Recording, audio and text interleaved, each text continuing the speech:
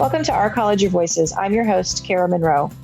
This is a part of our special episode series on Ivy Tech's response to COVID-19. Earlier this week, I posted into our College Your Voices listener community about whether or not our folks here would be interested in just hearing from their colleagues about how they are adapting to this new situation and this new way of doing business. And I had an overwhelming response. And so the first 4 folks to sign up for the first spot we had available are here with me tonight. And I'm excited to record because we are talking about COVID-19. I don't think our response will change as a result of where we are at this point. I do want to just give a timestamp here. So again, this won't be a traditionally evergreen episode. Today is March 24th, 2020. We're recording at 5:00 p.m. So we are just about 7 hours before the governor's order to shelter in place goes into complete effect. So we are all in our homes and safe. Let's get on to the episode and meet our panel. So I'm going to start with Emery Peck. Hey, Emery. Hi there. Can you tell us a little bit about yourself? Yeah, absolutely. So I'm Emery. I'm from the Muncie campus, and I am our Executive Director of Strategic Outcomes and Innovation Engineering. You have the coolest title, Emery. I got to pick it, so that's probably why it's cool. It's also really long, and even though it's really cool, sometimes I shorten it because it's so long, and I just say I'm strategy, and It's as simple as that. Excellent. Well, thanks for joining us tonight. And Skip Hannert. Hi, Skip. Hello. Sorry, I don't have a camera. That's all right. I'm the Dean of the School of IT and the Dean of the School of Business, Logistics, and Supply Chain in Sellersburg as well. I've been with the college for 5 years now, I think. Excellent. Thanks, Skip. And Justin Daymeyer. Hey, Justin. Hey, how's it going? All right. Tell us a little bit about yourself. Yeah, so I'm the Executive Director, Educational Technology Support and Operations as part of the Ivy Online staff, leading our campus educational technology staff and our senior LMS administrator and our senior trainer. So it's all my team in support of our faculty and students. Excellent. And Justin, how long have you been with the college? Because I know the answer to this question. Right. I am starting on month number 4.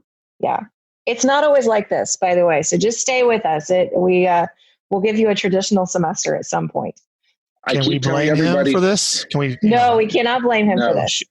I keep telling everybody it will take more than a global pandemic to scare me away from a job or a college. Good. So my first question for you all is, how are you personally settling in to not going to the office every day?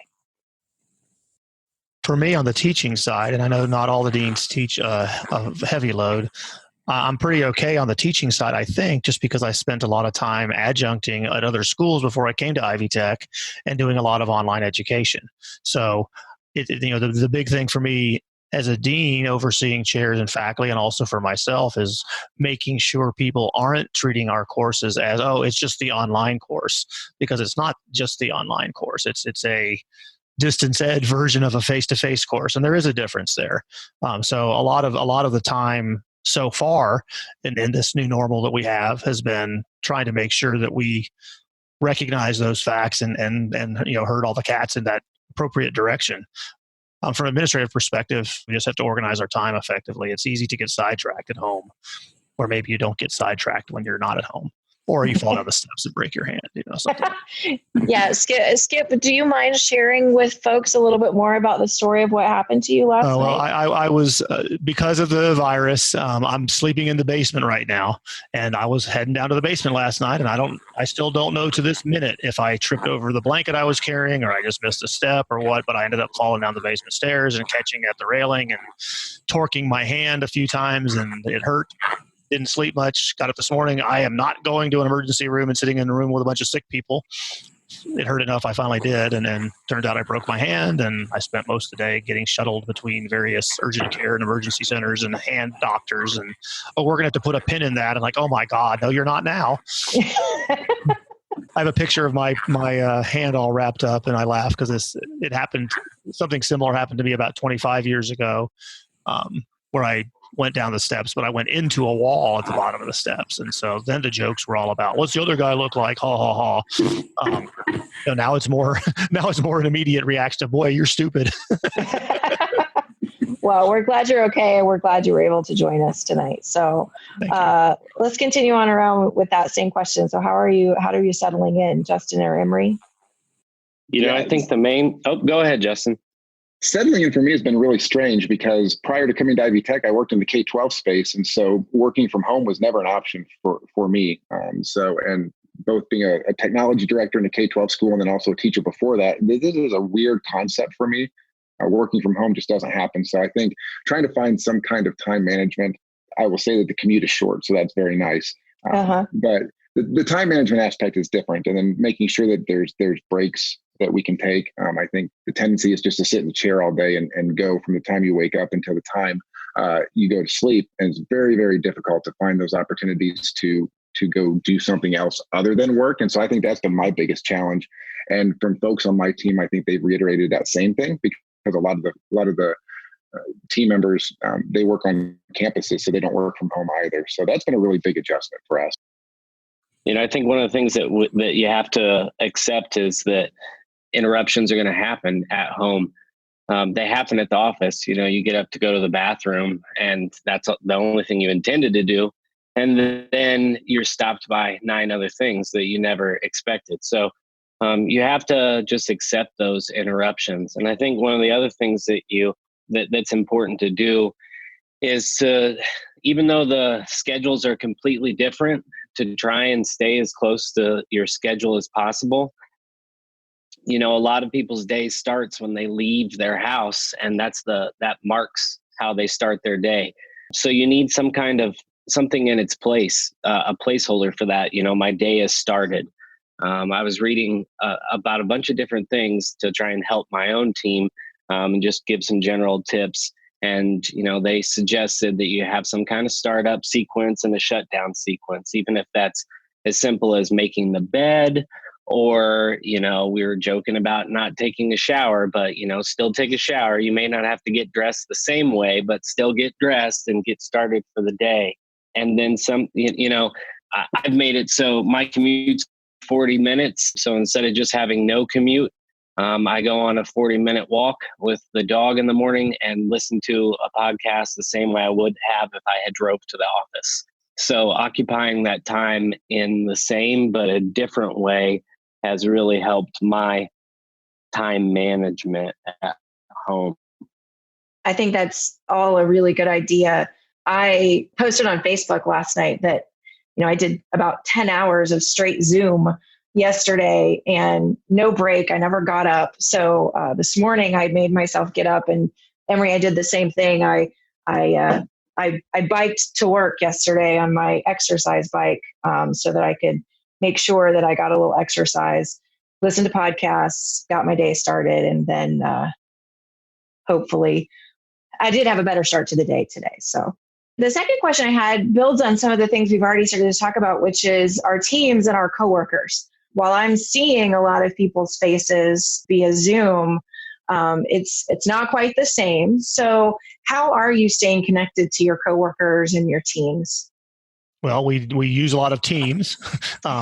We do, and which we've been doing anyway. But now we're more reliant upon that. We had used Zoom before for meetings, sometimes particularly statewide meetings that it wasn't convenient for everybody to drive 2 or 3 or 4 hours to get to. So a lot of it's using technologies that we've used already, but being more reliant upon them.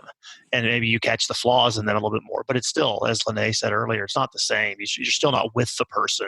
You're still not across a table from the person, or going out to a restaurant with the person or whatever else. And that's a hard thing to get used to, and I'm not used to it yet. We talk about setting the boundaries and all that. It's, what we didn't talk about last question was, what if you have other people at home? If you have kids or a significant other that are also stuck at home, then their schedule may not match yours. And when you go to work, it's easier to draw that line. We will go to that question next. So hold those ideas. No, don't apologize. That's perfect. That's the right thing. So how else are you staying connected? I think it's really important that when we do these calls that you use video. Having fallen down the stairs and broken arms and not being showered aside, using video using video is great. Especially, there are going to be some scenarios where as we get further into this, there may be some people that return to the office, and you might have a few people socially distancing in the room together and on a call. And our natural tendencies are to fall back to that face-to-face interaction. And we don't want anyone to feel like they've been left out of anything. And you want to make sure that they can see you and know that your full attention is there. So having, almost making video a requirement by default. And then also, the whole time you're at work, you don't just talk about work, you talk about other stuff. So having a channel for off topic or, off conversation or offline discussion is important too. So a place where maybe you're using Teams as a great place to hold a chat thread, or you might have a channel that you're communicating in, but maybe you have a group text that you are engaging in, non-collegiate discussion in. It's funny you say that about the off-topic channels. When I first started at the college and I first got into Teams, and this is before I met anybody on my team, they have a pets channel and a random channel. So I learned an awful lot about my team members before I, one, ever met them, or B, said anything whatsoever to any of them on Teams or otherwise. So that definitely helps us with that connection that we have. And I've kind of started telling people, the physical barriers are there. And so everybody's talking about social distancing. I would almost rather we call it physical distancing, because I think that social interaction is very, very important. And I noticed that with our team. We never used to have cameras on whatsoever on our statewide meetings. And then we've been having daily calls with our team since this started. And sure enough, all of these cameras are on. So I took a picture of our team in our Zoom meeting, and all of a sudden you see all of these faces with wildly different backgrounds that they may choose in Zoom, or different houses, places in their house they're sitting. And so that's really just in and of itself kind of changed the tone of the team. And there's a lot more side chatter prior to the time that the meeting starts, because we're all, I think, kind of craving that connectedness that we don't otherwise have. You could almost get people to show up early to Zoom meetings. Yeah. Like, people show up to physical meetings 2 or 3 minutes early, but everybody signs into a Zoom meeting at like 11:59, 59, right on the dot. But in doing that stuff, you almost encourage people to come early. I like that. So let's go to the question Skip introduced about boundaries. So I live by myself, so no boundaries here. It's just me, but I know most of my colleagues, that is not the situation. You are possibly at home with a spouse or significant other.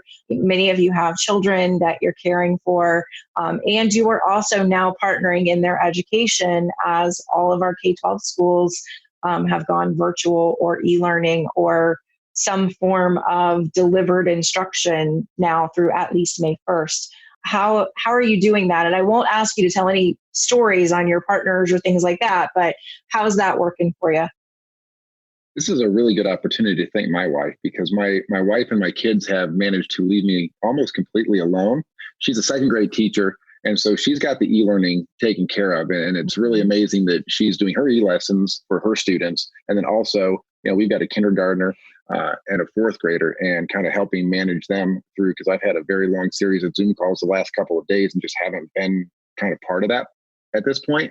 And so I just come downstairs and she hands them off, and I may go run them around the block or do some things outside with them. But that part has been fortunately good for me, but I sense that that'll change in the coming days as that kind of shifts and we find kind of our new normal. I think where I am, we're still kind of adjusting. My kids are all grown, so I don't have kids around the house right now, but I did have my youngest son trying to get back from Finland last week before they shut the borders. Oh, wow. He was over there on a scholarship, so there was a little bit of a stress involved in just, all the airports and all that kind of mess, and got him home fine. He's isolating in his mom's basement right now, but hopefully we're good. But, assuming he's not ill and assuming I didn't get anything from him at the airport last week, we'll be figuring out what to do with him and his time, where he'll be either living here or with his mom or back and forthing or something in the next coming weeks. I don't think we're quite far enough yet to say that we've adjusted, but we're adjusting. Yeah. Normal changes a little bit every day right now. Yeah, very much. So as you think about this opportunity, it is an opportunity to do something we've never done before. We've never taken the college fully virtual before, and none of us would have, if we'd had to design a situation where we did it, I don't think any of us would have ever done it this way. But this is where we are. And so we have to use this as an opportunity to learn and to grow and to get better. So as we think about what's next for the college post COVID-19, which we all hope is quick, what are you going to take away from this experience that you're going to keep doing as a result of something you've learned or something that's going on here? I think the easiest thing to keep doing is not doing the stuff we don't miss, if that makes sense. Mm-hmm. So there are plenty of things that you are probably being prevented from doing that are part of your normal routine. And you should be able to easily identify if those things were ever really worth your time. If you're moving down the road without doing those things and you're continuing to be productive, or you're more productive, or at least feel that way, then just because you go back to the office doesn't mean you should necessarily go back to doing them. It's almost like doing an audit of your job description and your roles and seeing, why was I spending all my time on that? It probably wasn't the biggest point of leverage. I could have done a lot. I could have spent a lot more time doing X or Y, So figuring out what you don't need to do anymore is a great thing to consider. I think that's an awesome point. I totally agree. What Kara said earlier, that we would not have chosen to go all virtual this way if we chose to at all. But because we're here and because we're doing this and we're having to adjust to so many things on the fly in a short time, we're going to I think everybody's going to recognize, oh, wow, there were things I was doing that were not the best use of my time, or just plain a waste of time, or whatever else. And so, take advantage of the chaos, if that's the right way to put it, and recognize the fluff and get rid of the fluff. So what's a tech tip or some other quick thing you've learned, some new skill you've had to learn in order to be successful, or just something you've learned that's made it more fun? I was teasing because I like to have multiple monitors in my office. I have 3 monitors in my office, and if I were to bring those home, they would take up the entire kitchen table. So that's not really possible. So I'm coping with that by using multiple headsets. So I already have Apple headphones in, and now I have a pair of Beats that I'm using as well. So as I used different monitors for different purposes, now I'm using the different headphones for different purposes. If I connect to my computer for Zoom, I use the wired headphones. And if I'm using my phone so I can use my camera, a better camera, I use my Apple AirPods. So I'm learning how to transfer the needs I have in my office to my needs at home. I've joked for a long time that I have a better setup at home than I do at the office, because I spare no expense on technology I want for myself. So I still have my triple monitor setup at home, but not everybody is that much of a nerd like me. So I think the biggest concern I have with that is I'm the same way. I've got the really nice setup at home, and I've got a pretty nice setup at work. But in either place, particularly now that we're teaching virtually, remembering our students almost certainly don't have that. Yeah. And some of them are just sitting on a phone trying to get through, let alone on a single laptop or whatever Absolutely. else. And sometimes I have to catch myself if I'm teaching, or I catch myself when I'm talking to faculty who will have their boots on the ground.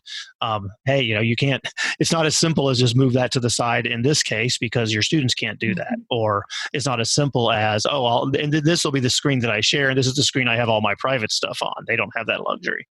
Yeah, and I think about that. And I think about the resiliency not only of our students, but of our staff, and trying to cope with this situation. We're all talking about this. I've got 2 computers and a really big screen, and I have everything that I want, because I'm much like Kara. I'm a nerd and I want my technology the way that I want it. But those folks that can't, and the fact that, some of them, will drive to a campus and sit in their car and try to find Wi-Fi, or they'll find that wherever they can. And their students will do whatever they can just on a phone. I was talking with a faculty member in a one-on-one training session, and they were really, really concerned about their students. And my students only have a phone. I said, but you would be surprised what that student can pull off on a phone that you and I wouldn't be comfortable with. Right. So I think we'll hear a lot of stories about how people have been able to cope and get through this and find ways to complete their coursework and do their jobs. And I think that's going to be one of the success stories that we'll find when this is all said and done. Absolutely. As we think about Goal 8 in our strategic plan around diversity, equity, and belonging, this situation is highlighting, as a state, Indiana went from 0 unemployment to probably close to double-digit unemployment now, percentage-wise. It may be over that at this point. I haven't seen the updated numbers today.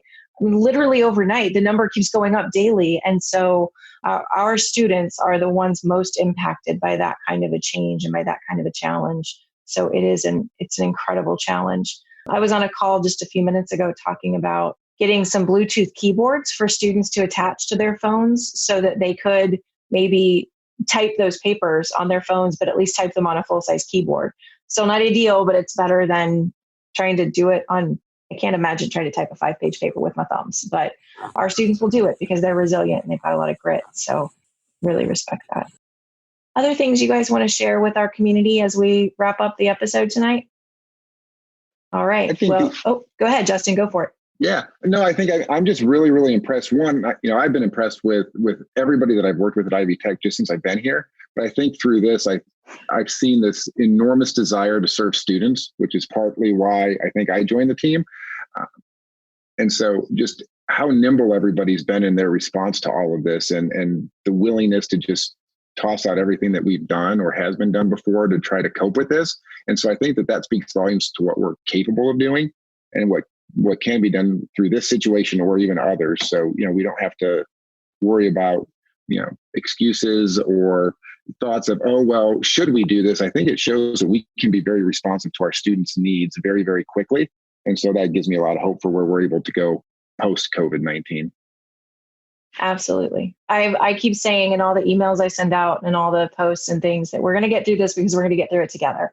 And that is the strength of the Ivy Tech family across the state. And I'm going to try not to get emotional as we do this, but that quality of our faculty, our staff, and our students has just been incredible. I think across the board, they will see that. I think the students will see it maybe more directly than they have in the past, even if it's been the case in the past. But even amongst faculty and staff, just to recognize that, okay, my program is not like yours. And we have all this equipment that students have to use. How are we going to manage that? Your program is different. You don't have equipment, but you have all these internships or everyone is, I think, has got a better acceptance of the variety of jobs, whether it's teaching or otherwise. And I think, maybe that's one of those things that because of this trial by fire, people recognize and appreciate each other more than maybe they did before. Well, I always end every episode with a call to action. And so today it is to reach out and check on your coworkers, reach out and check on your students, make sure that you're staying connected during this time because the only way we do get through this is together. I want to thank you for joining this episode of Our College Your Voices, and I especially want to thank the members of our panel, Justin Daymeyer, Emery Peck, and Skip Hannert. They were the first group. We're going to bring a few more episodes to this. I think we have 4 of these scheduled right now, so I hope you enjoy this format. And if there are other things you want to hear, don't forget that you can reach out into our Microsoft Teams listener community or any other ways that I'm about to read. So with that, I'll close up this episode. I'm your host, Kara Monroe. You can connect with me on Twitter at KNN Tweets. You can reach us by email at ourcollegeyourvoices@ivytech.edu. Leave us a voicemail at 317-572-5049. I will admit I have not checked it in the last couple of weeks because I've been a little busy with some other stuff, but I will check it to see if there's anything in there. And it's a great way if you can't get into one of these episodes, but you want to share a COVID-19 thought or something that's going on in your life, share it as a voicemail and I will blend those into an episode. We'd love to hear from you. So again, that number 317-572-5049. Please do, if you're an Ivy Tech faculty or staff member, join our Microsoft Teams listener community. You just go into Microsoft Teams, click on the Teams button, locate that Join a Team button. Sometimes it's top right, sometimes it's bottom left. We've had an opportunity to test that a little more lately. And just search for Our College and hit the search button and you'll see the podcast there. It is interesting how the listener community has ramped up a little bit in the last week because we're all just searching for that connection. Our website is ivytech.edu/podcast. Production assistance is provided by Becky Campbell and Sarah Ferguson, and the podcast concept is by Matthew Pittman. Theme music and post-production services are going to be provided by the amazing Jen Eads at the Brassy Broadcasting Company. I'm going to miss seeing Jen in person, but we're going to give her plenty of work to do to keep podcasts turning out while we're on this unique situation that we're on. And we will talk to you next time on Our College, Your Voices.